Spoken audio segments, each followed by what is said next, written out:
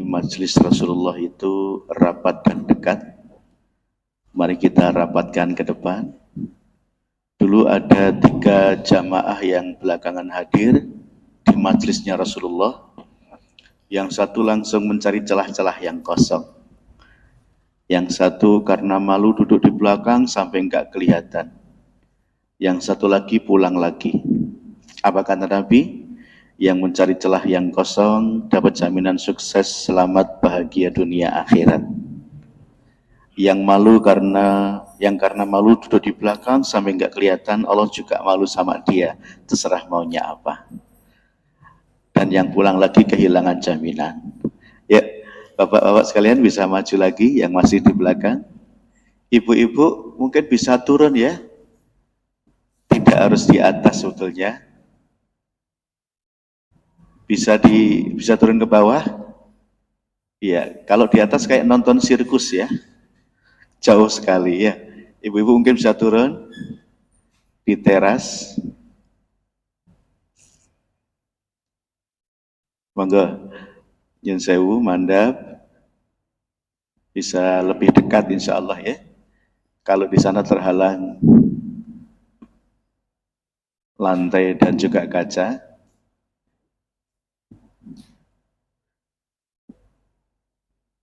Silakan ibu-ibu bisa turun.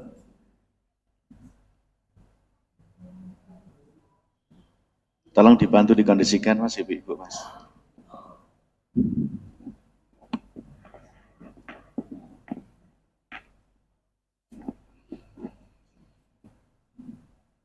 Sambil menanti ibu-ibu turun, kita agungkan asma Allah terlebih dahulu. Ya. Iya. Atau dibagi 2, kalau ada pembatas dibagi 2, bapak sebelah kanan, ibu sebelah kiri ya. Atau ibu sebelah kiri juga boleh. Silakan ayah anda bisa geser ke sebelah kanan, Mas Imam. Ada pembatas, tolong ditaruh di tengah Mas Imam. Ini karena yang hadir banyak sekali, jadi perlu pengaturan khusus ya. Ya, gini aja nggak apa-apa. Ibu di belakang aja, ya sudah. Mas Farizi berarti nggak apa ibu di belakang ya, nggak usah pakai itu ya.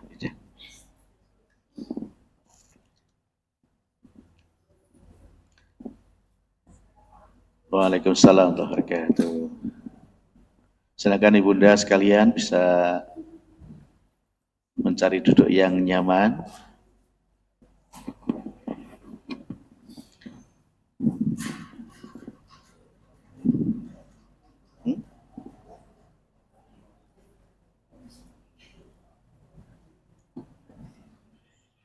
Ya.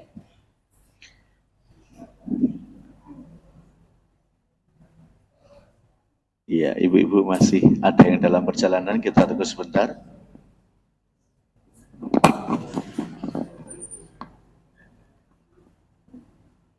Alhamdulillah sudah turun semuanya. Bismillahirrahmanirrahim. Assalamualaikum warahmatullahi wabarakatuh. Alhamdulillah wa syukrulillah, la hawla wa la quwata illa billah. Assalatu wassalamu ala rasulillah Muhammad wa ala alihi wa sahbihi wa mawalah, amma ba'd. Ikhwan fiddin wa akhwat billah rahimakumullah. Wabil khusus para kiai, para alim ulama, para bini sesepuh telah disepuh, para hajilan najah sekalian, para asatid, wal ustadzat, wabil khusus Ketua DKM Masjid Al-Mujahidin dan juga segenap pengurus. Alhamdulillah pada malam hari ini Allah pertemukan kita semuanya. Ini tentu bukan sebuah kebetulan, tapi ini atas izin Allah Subhanahu wa ta'ala. Kalau Allah mengizinkan kita bertemu, fa insyaallah Allah menjamin keberkahan dari pertemuan ini. Untuk itu mari kita syukuri nikmat pertemuan yang luar biasa ini dengan bacaan hamdalah bersama-sama. Alhamdulillahirabbil alamin. Kenalkan, saya Restu Sugiarto. Kalau di TV sering dipanggil Ustadz Cinta. Saya yang ngasuh Take Me Out Indosiar, Klinik Cinta Indosiar, Cahaya Iman Indosiar, Indahnya Cinta MNC TV, Taman Cinta, Majelis Cinta MNC Muslim Indovision, dan masih banyak lagi. Mengapa dijuluki Ustadz Cinta? Karena saya paling senang membantu menjodohkan yang masih jomblo-jomblo. Adakah jomblo di sini? Adakah janda di sini? Adakah duda di sini? Tolong jomblo, janda, duda jangan pulang dulu. Nanti kita nikahkan langsung malam ini ya. Bapak sekalian, mohon maaf, 7 tahun yang lalu, kurang lebih 7 tahun yang lalu, saya main film layar lebar, jadi tayangnya di bioskop, judulnya Surga Menanti. Saya main film bersama Syekh Ali Jabir almarhum, karena film itu tentang Al-Quran. Ternyata di luar dugaan, 2 tahun yang lalu sampai sekarang Allah takdirkan saya membersamai safari dakwah adiknya Syekh Ali Jabir yang bernama Syekh Husain Jabir. Syekh Husain Jabir itu yang mengasuh program Hafidh Indonesia di RCTI. Beliau ini putra yang ke-7. Dan mulai Januari 2023 sampai sekarang, Allah takdirkan lagi saya bersamai adiknya Syekh Ali Jabir, yaitu Syekh Anas Jabir yang ada di hadapan kita ini. Beliau ini adalah putra yang ke-11.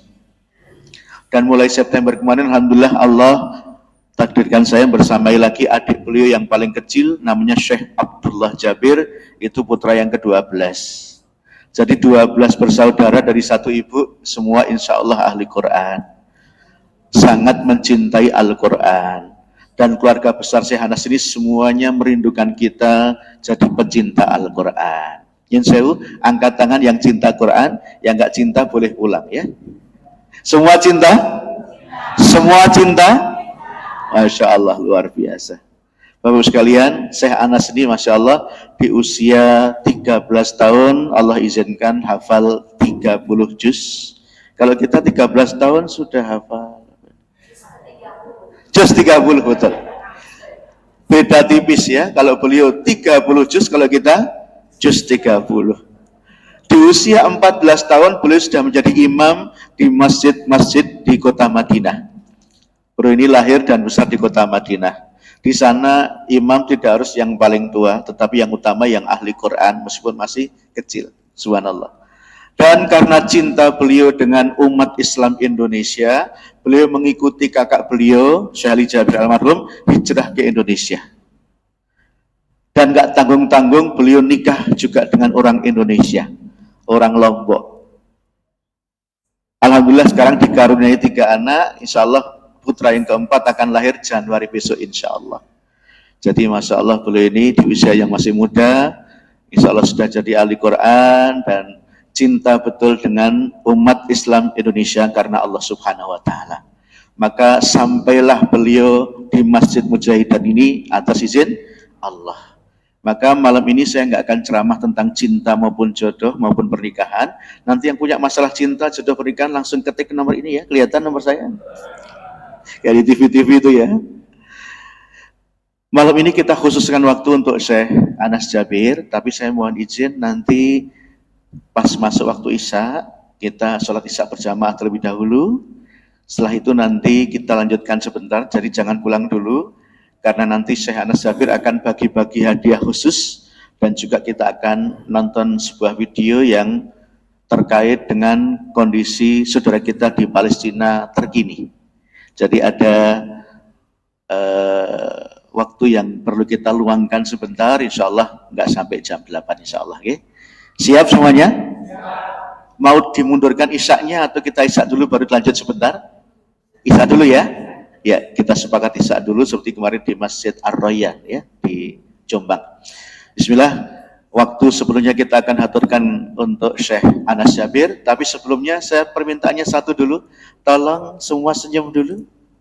Tolong semua senyum dulu. Jangan ada yang cemberut, semua senyum dulu. Orang yang senyum sekali sehari insya Allah masih hidup. Orang yang senyum 10 kali sehari sehat. Orang yang senyum 100 kali sehari sama dengan olahraga mendayung 10 menit, sehat banget. Tapi yang senyum-senyum 7.000 kali per hari perlu kita periksakan. Sehat semuanya? Alhamdulillah. Waktu sebenarnya sekarang kita haturkan untuk Syekh Anas Jabir. Falyatafaddal mashkura. Bismillahirrahmanirrahim. Assalamualaikum warahmatullahi wabarakatuh.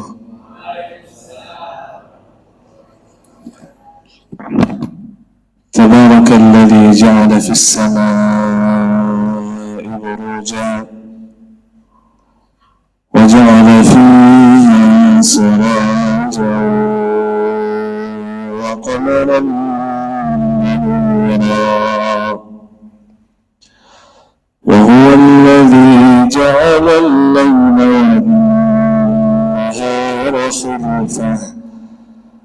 خلفة لمن أراد أن يذكر أو أراد شكورا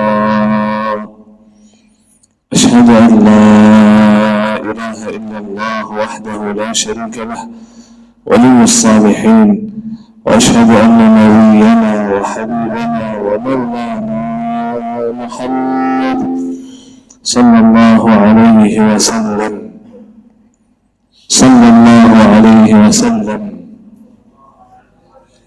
ya, jangan menjadi orang yang pelit ya. Allahumma salli wa sallim wa barik ala nabiyyina Muhammadin wa ala alihi wa sahbihi wa man tabi'ahum bi ihsanin ila yaumiddin wa anna ma'ahum bi mannika wa karamika ya akramal akramin. Subhanaka la ilma lana illa ma 'allamtana innaka antal alimul hakim. Maha suci Allah, kita tidak mempunyai ilmu apa-apa, hanya saja apa yang diberikan oleh Allah Subhanahu wa ta'ala. Al-hadirin wal-hadirat, Bapak Ibu sekalian yang saya hormati, yang saya muliakan, berkhusus DKM Masjid Al-Mujahidin. Mudah-mudahan insyaAllah kita semua yang hadir senantiasa dimuliakan Allah Subhanahu wa ta'ala. Amin ya rabbal alamin. Karena dalam hadis Rasulullah sallallahu alaihi wasallam, saat kita berada di majelis ilmu, kita akan mendapatkan sakinah, ketenangan, kita akan mendapatkan rahmat Allah. Yang jaminkan kita masuk surga itu adalah rahmat Allah Subhanahu wa ta'ala, dan dilindungi oleh para malaikat, bahkan mendoakan kita, ya Allah sayangilah mereka, ya Allah rahmatilah mereka, dan akan disebutkan namanya satu persatu oleh Allah Subhanahu wa ta'ala. Dan selesai majlis ilmu, qala Allah Azza wa Jalla, silahkan pulang, aku telah ampuni kalian, aku telah menggantikan dosa-dosamu menjadi pahala. Amin ya rabbal alamin. Kata malaikat, ya Allah, inna fihim abdaka fulan laysa minhum. Ya Allah, ada di tengah-tengah mereka seseorang bukan dari golongan mereka, yang biasanya tidak hadir majlis ta'lim. Ini baru kali ini aja dia datang. Bisa jadi orang lewat saja, lihat orang berkumpul, masuk duduk sama mereka. Apakah orang yang datang majlis ilmu bukan tujuan yang menuntut ilmu atau tidak ikhlas, dapat pahala atau tidak? Dapat? Walaupun tidak ikhlas? Walaupun tidur? Ada yang tidur belum ini? Sebentar lagi. Walaupun tidur, walaupun tidak ikhlas, dapat pahala? Qala Allah Azza wa Jalla, dia juga aku telah ampuni.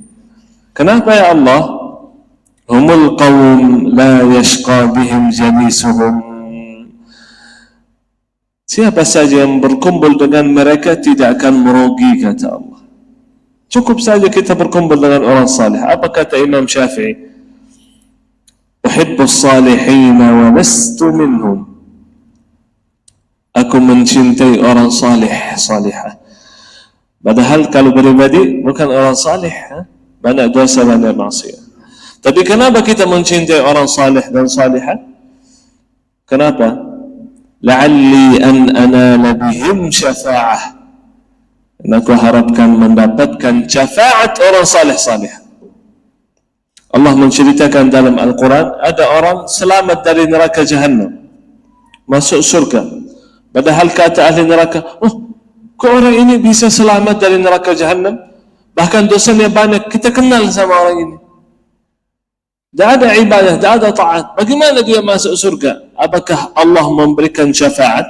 Karena di hari kiamat Allah memberikan syafaat, bukan hanya Nabi Muhammad SAW. Kata malaikat, tidak. Apakah para nabi dan rasul memberikan syafaat? Kata malaikat, tidak. Apakah dia mendapatkan syafaat malaikat? Tidak. Mendapatkan syafaat orang tua atau anak soleh? Enggak juga. Dia mendapatkan syafaat, kata malaikat, syafaat temannya. Teman. Dia bukan orang saleh, tapi temannya orang saleh. Maka nyesal itu ahli neraka. Kata mereka sebagaimana Allah berfirman, "Fama lana min syafi'in." Fama lana min syafi'in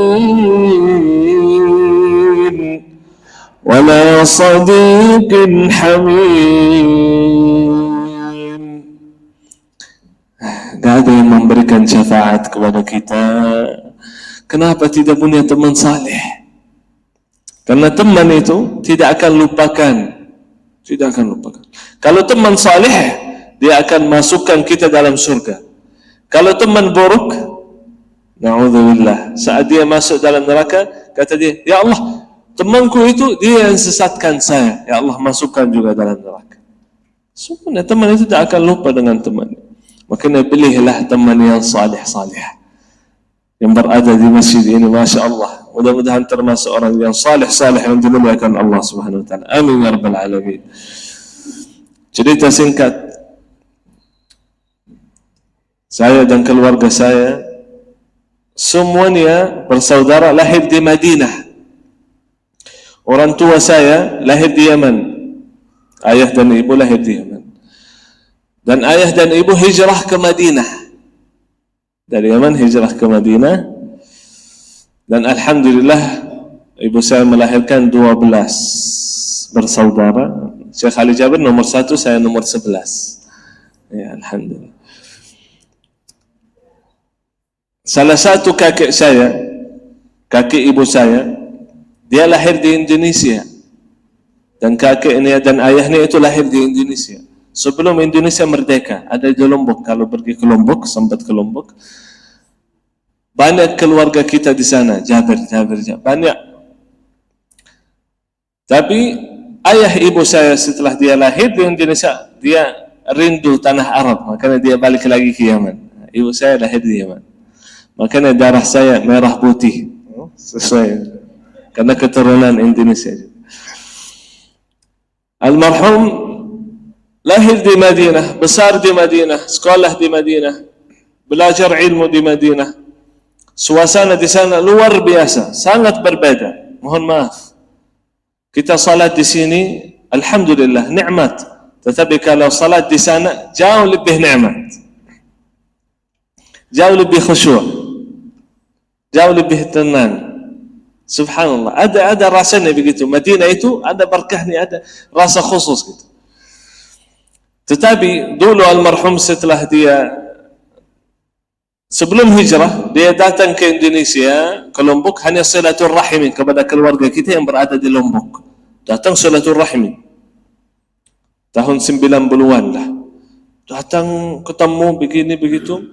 Yang dia perhatikan, banyak orang yang mohon maaf jauh dari Quran, belum bisa hafal, apalagi belum bisa baca.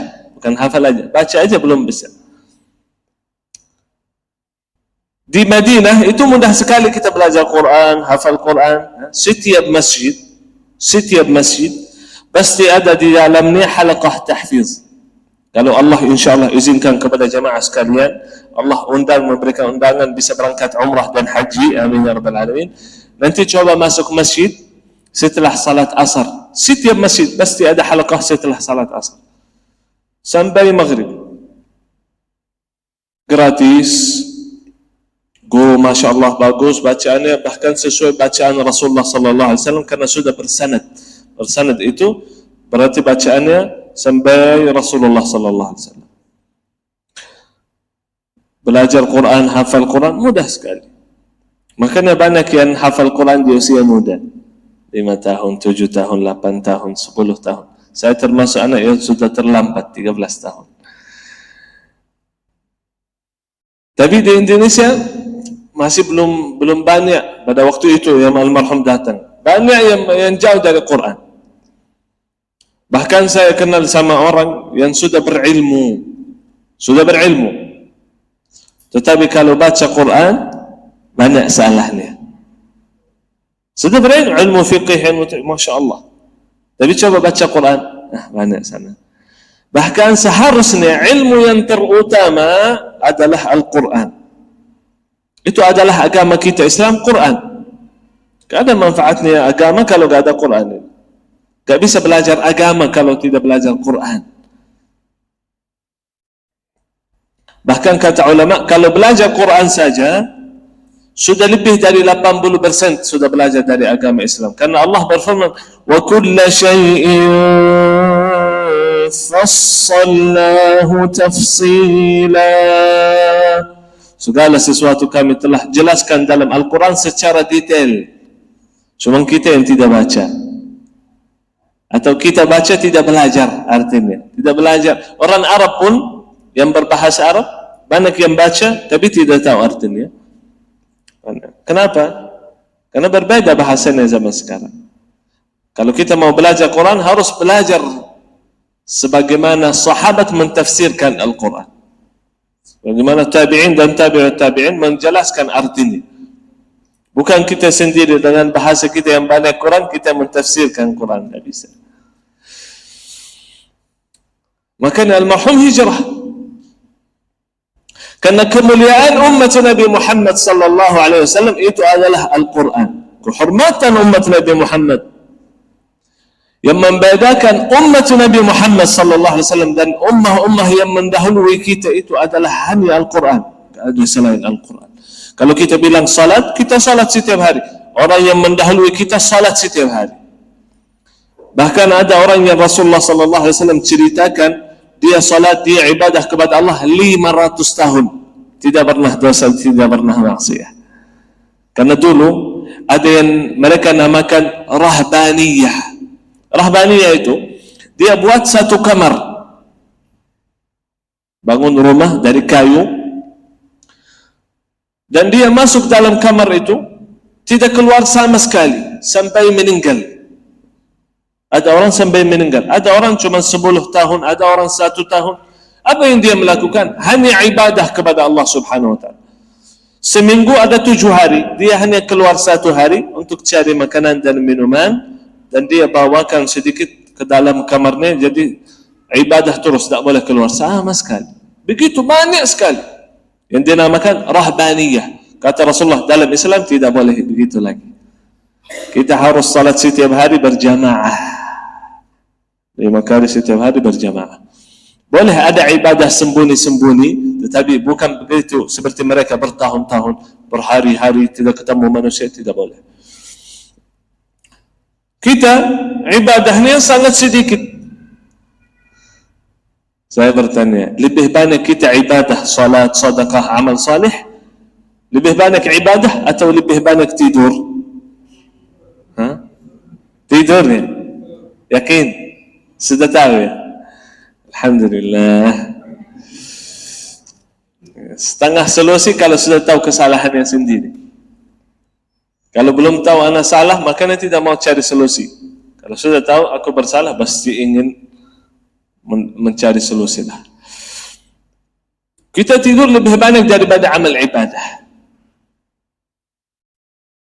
Tetapi kita yang paling banyak di surga, umat Nabi Muhammad sallallahu alaihi wasallam. Apa yang membedakan kita dengan ummah yang mendahului kita? Itu hanyalah Al-Quran. Kalau kita bilang salat, mereka salat. Kalau kita bilang puasa, mereka puasa. Kalau kita bilang sedekah, mereka sedekah. Kalau kita bilang zikir, subhanallah, alhamdulillah, la ilaha illallah, Allahu akbar, astaghfirullah, semuanya berzikir kepada Allah subhanahu. Seluruh para nabi dan rasul berzikir kepada Allah subhanahu. Tetapi hanya Rasulullah sallallahu alaihi wasallam yang membaca Al-Quran, dan hanya umat Nabi Muhammad sallallahu alaihi wasallam yang membaca Al-Quran. Satu malam Lailatul Qadar, kenapa menjadi lebih baik daripada 1000 bulan? Kenapa? Karena Rasulullah lahir di malam Lailatul Qadar? Karena Allah turunkan Al-Quran pada malam Lailatul Qadar. Quran turun lebih baik daripada 1000 bulan. Subhanallah. Khairukum, kata Rasulullah sallallahu alaihi wasallam, yang terbaik, yang termulia, yang belajar Al-Quran dan mengajarnya. Tidak ada yang lebih baik. Subhanallah. Kemuliaan kita itu Quran. Bahkan jangan kira Quran itu keberkahannya hanya di akhirat. Karena anak yang hafal Quran di hari kiamat dia akan memberikan syafaat kepada orang tuanya. Bukan hanya orang tuanya, tapi keluarganya pun mendapatkan syafaat. Dia sambut orang tua, tidak boleh masuk neraka orang tuanya. Salah satu riwayat dia berdiri di depan pintu surga. Ya Allah, saya tidak akan masuk surga sampai orang tua saya masuk bersama saya. Orang tua buruk, anaknya salih mendoakan orang tua. Tentunya harus orang tua meninggal muslim, ya. Allah masukkan dalam surga. Bahkan anaknya memberikan kepada orang tuanya mahkota dari surga yang bersinar lebih dari sinarnya matahari. Mendapatkan kemuliaan berbedaan dengan seluruh manusia yang lain. Kenapa? Karena anaknya hafal Quran. Bukan karena dia hafal Quran, karena anaknya hafal Quran. Mendapatkan syafaat. Apalagi kalau dia juga hafal Quran. Kalau ingin anak kita berbakti kepada kita di dunia dan di akhirat, dan setelah kita meninggal saat dia masih hidup di dunia, kata ulama, ajarkan anak kita Al-Quran. Banyak orang yang saya kenal, yang saya ketemu, yang namanya orang kaya raya, yang dia selalu memberikan kepada anaknya apa yang dia minta. Ada orang kaya yang tidak belit, ada orang kaya yang belit. Ada orang selalu memberikan kepada anaknya apa saja yang dia minta. Kasih mobil, kasih rumah, kasih uang, kasih semua, kasih semua, kasih semua. Nanti kalau anaknya sudah besar dan orang tuanya sudah tua, apa yang dia melakukan anak itu? Kalau dia tidak belajar Quran, kalau dia tidak belajar agama, apa yang dia melakukan? Tahu enggak? Dia tinggalkan orang tua. Sering saya ketemu. Bukan 1, 2, 3, 5 orang, 10 orang. Enggak. Banyak. Orang tua yang berada di rumahnya sendiri cuman berdua. Saya bertanya, berapa anaknya Pak? Berapa anaknya Bunda? 10. Ada yang bilang, 10 anak saya. Di mana anaknya 10? Satu di sana, satu di situ, satu di luar negeri, satu di sini. Mana gak ada satu pun yang dekat dari orang? Ya emang, anaknya lagi sibuk dengan keluarganya. Subhanallah. Ada yang anaknya 5 jauh dari orang tuanya. Kenapa? Karena tidak ajarkan anak itu agama. Banyak anak yang saya mendengar ceritanya, dia bunuh orang tuanya. Dia bunuh orang tua. Kenapa dia bunuh orang tua? Supaya dapatkan harta. Supaya dapat harta aja. Subhanallah. Banyak orang senang kalau orang tua meninggal. Alhamdulillah akhirnya meninggal, ini dapat warisan. Setelah orang tua meninggal, tak pernah dia doakan orang tua, bersedekah atas nama orang tua. Tak pernah. Dia sudah lupa dengan orang tuanya. Jangan kira itu cerita-cerita yang dimimpi, yang kita menkhayal aja. Enggak. Ini terjadi di zaman kita. Dari dulu sampai sekarang begitu saja. Karena anak yang tidak belajar agama, kenapa dia berbakti bagi orang tua? Tidak ada. Tidak ada yang berbakti kecuali kalau dia harap ridha Allah, harap surganya Allah, taat kepada Allah. Setelah orang tua meninggal, selalu saya melihat ada orang infak atas nama orang tua, mendoakan orang tua. Makanya dalam hadis Rasulullah, amal orang terputus kecuali hanya 3. Salah satunya anak salih. 10 garis di bawahnya. Anak salih atau salihah tentunya. Bukan anak yang mendoakan orang tua. Salih atau harus menjadi anak salih dan salih, baru diterima doa. Makanya ajarkan anak kita sebagaimana kata ulama, ajarkan anak kita Quran Nanti Quran akan ajarkan anak kita segala urusan dunia dan akhirat. Quran yang arahkan. Saya ketemu seseorang yang sederhana, miskin, di Sumatera, di Pulau Nias. Dia tinggal di Pulau Nias. Pulau Nias itu 5% saja orang muslim. Beliau ini dengan istrinya Allah karuniai mereka Masya Allah melahirkan 10 anak. 10 anak. Yang rumahnya demi Allah sangat sederhana. Sangat sederhana. Kecil. Makanannya terbatas. Saya lihat hanya ikan sama nasi sedikit. Piringnya bukan piring emas atau piring yang peraknya. Biasa saja, gak ada AC, gak ada TV, gak punya HP, gak ada apa-apa di rumah itu. Rumah yang sangat sederhana, seperti rumah orang kampung. Sekarang rumah orang kampung lebih mewah juga. Saya sering masuk kampung-kampung, Masya Allah. Rumah di kampung itu belosok-belosok. Kita berjalan 7 jam, 8 jam, rumahnya mewah, Masya Allah. Di sana sangat sederhana. Melahirkan 10 anak, 9 anak dari 10 hafal Quran 30 juz. Hafalan yang lancar. Nanti coba tulis di YouTube Hasan Basri. Hasan Basri itu salah satu anaknya. Hasan Basri. Yang ke-10 kenapa tidak hafal Quran? Saya bertanya. 9 aja, kenapa ke-10 belum hafal? Ke-10 umurnya 2,5 tahun. Rata-rata di antara anaknya yang paling tua, itu yang paling tua hafal Quran di usia 12 tahun. 12 tahun hafal Quran 30 juz. Yang paling kecil usia 5 tahun hafal Quran 30 juz. Belum bisa sedikit pun berbahasa Arab. Belum bisa.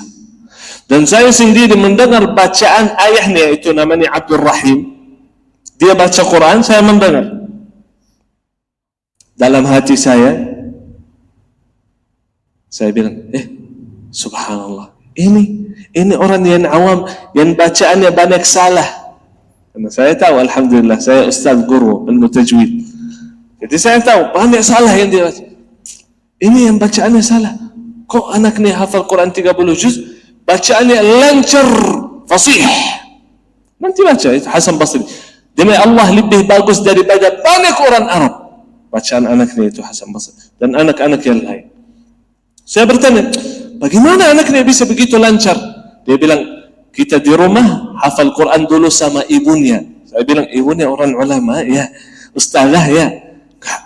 Ibu saya orang awam, seperti orang tua saya. Orang tua saya orang awam, tidak lulus SD. Ayah saya tidak lulus SD. Ibu saya juga orang awam. Tapi berjuang di jalan Allah, karena Allah berjanji, walladzina jahadu fina lanahdiyannahum subulana. Orang yang berjihad di jalan Allah, yang berusaha di jalan Allah, Allah petunjuk kepada jalan yang terbaik, yang terbenar. Allah lancarkan, Allah mudahkan. Jujur aja sama Allah, berjihad, berusaha. Masya Allah. Dan anaknya mendampingi orang tuanya di rumahnya. Rumah yang sangat sederhana, anaknya bersama orang tua, menjaga orang tua. Subhanallah. Padahal sangat sederhana, tapi orang kaya rumahnya mewah, hanya berdua di rumah. Demi Allah berdua aja. Sering saya ketemu, sering saya safari. Sudah 2 tahun lebih saya safari dakwah. Sering saya masuk rumah orang kaya. Mana anaknya bu? Mana anaknya? Gak ada di sini. Semuanya jauh-jauh. Yang miskin, yang sederhana, anaknya bersama orang tua di rumah. Karena dia belajar agama, dia belajar ilmu. Salah satu saudara saya berbulan-bulan tinggalkan keluarganya, tinggalkan anaknya supaya mendampingi orang tua saya di Madinah. Salah satu saudara saya tidak menikah sampai sekarang. Umurnya hampir 40. Kenapa? Mendampingi orang tua. Bahkan orang tua tak suruh, tak minta, tapi dia mau. Almarhum setiap tahun sebelum beliau meninggal, setiap tahun ajak orang tua terus. Kalau dia pergi ke sana ke situ, dia ajak orang tua. Kalau dia safari dakwah, dia ajak orang tua. Dia belikan mobil di Madinah, dia belikan rumah, dia belikan segala sesuatu yang mereka inginkan. Bahkan sebelum mereka minta, dia kasih tanpa mereka minta. Apa yang membuat dia begitu berbakti kepada orang tua? Agama. Makanya kata ulama, ajarkan anak kita Quran, nanti anak kita berbakti kepada kita di dunia, dan setelah kita meninggal, dan nanti di akhirat. Ya, mudah-mudahan anak cucu kita menjadi anak salih-salihah. Mudah-mudahan termasuk kita menjadi orang salih-salihah. Karena Allah tidak akan merubahkan keadaan satu kaum sampai mereka mulai dengan dirinya sendiri. Berubahkan diri sendiri, Allah merubahkan anaknya dan keturunannya. Sebagaimana saya sama anak saya sendiri. Saya kalau masuk ke rumah, saya tak suruh anak saya, karena anak saya masih kecil, belum 5 tahun. Saya tak suruh baca Quran. Dia sama ibunya, Masya Allah, kadang-kadang baca Quran. Tapi kalau saya duduk, saya buka Quran, saya baca Quran, langsung dia datang duduk di samping saya, baca Quran. Sendiri dia di rumah. Istri saya fotokan dan videokan.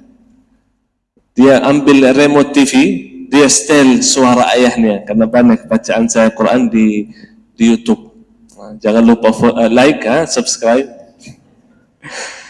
Dia setel, demi Allah dia setel, mau dengar suara ayahnya, kata. Dan dia ikuti bacaan ayahnya. Saya salat, Allahu Akbar, dia berdiri di samping saya ikut salat. Kadang-kadang dia lagi mau tidur di kasur, saya berdiri salat, Allahu Akbar. Demi Allah dia tinggalkan kasur, berdiri di samping saya salat. Salah satu hari, begitu saya salat, dia langsung datang di samping saya salat. Selesai salat, dia tunjukkan, ayah, ini apa? Dia ternyata kencing di celana. Kenapa saya bilang, kenapa gak kuasa? Saya lagi salat. Lagi salat, tak mau tinggalkan salat. Walaupun kencing di celana. Padahal yang sudah dewasa, saya pernah masuk masjid karena agak telat sedikit. Masjid berjalanan, kita harus isi acara di masjid. Salat maghrib kalau enggak salah. Saya masuk setelah jamaah mulai salat. Allahu Akbar, sudah mulai salat. Masuk masjid dari pintu belakang, jamaah yang di saf terakhir, ada 3 orang, dan dia lagi salat. Di hadap belakang. Oh, ini syekh sudah datang. Dia lagi salat. Tapi dia lihat belakang, dia main. Anak kecil, karena lihat ayahnya salat baik-baik, dia ikut salat baik-baik, tidak tinggalkan salat. Kita menjadi contoh. Kita menjadi contoh bagi anak kita.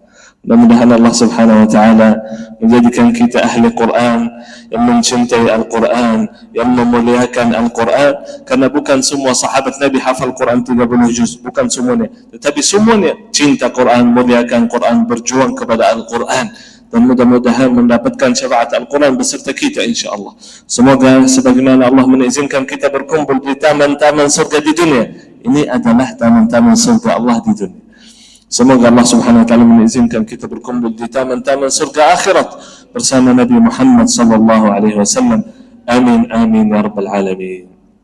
Terima kasih atas perhatiannya, dan mudah-mudahan ilmu yang kita mendapatkan bermanfaat. Banyak yang saya mau sampaikan, tadi sudah mau isya, ini sudah mau azan. Insyaallah di lain kali kalau belum puas, undang lagi, kita datang insyaallah isi. Mudah-mudahan semoga sehat walafiat, diberkahi oleh Allah Subhanahu wa Ta'ala. Amin ya rabbal alamin. Subhanakallahumma wa bihamdika, asyhadu an la ilaha illa anta, astaghfiruka wa atubu ilaik. Assalamu alaikum warahmatullahi wabarakatuh.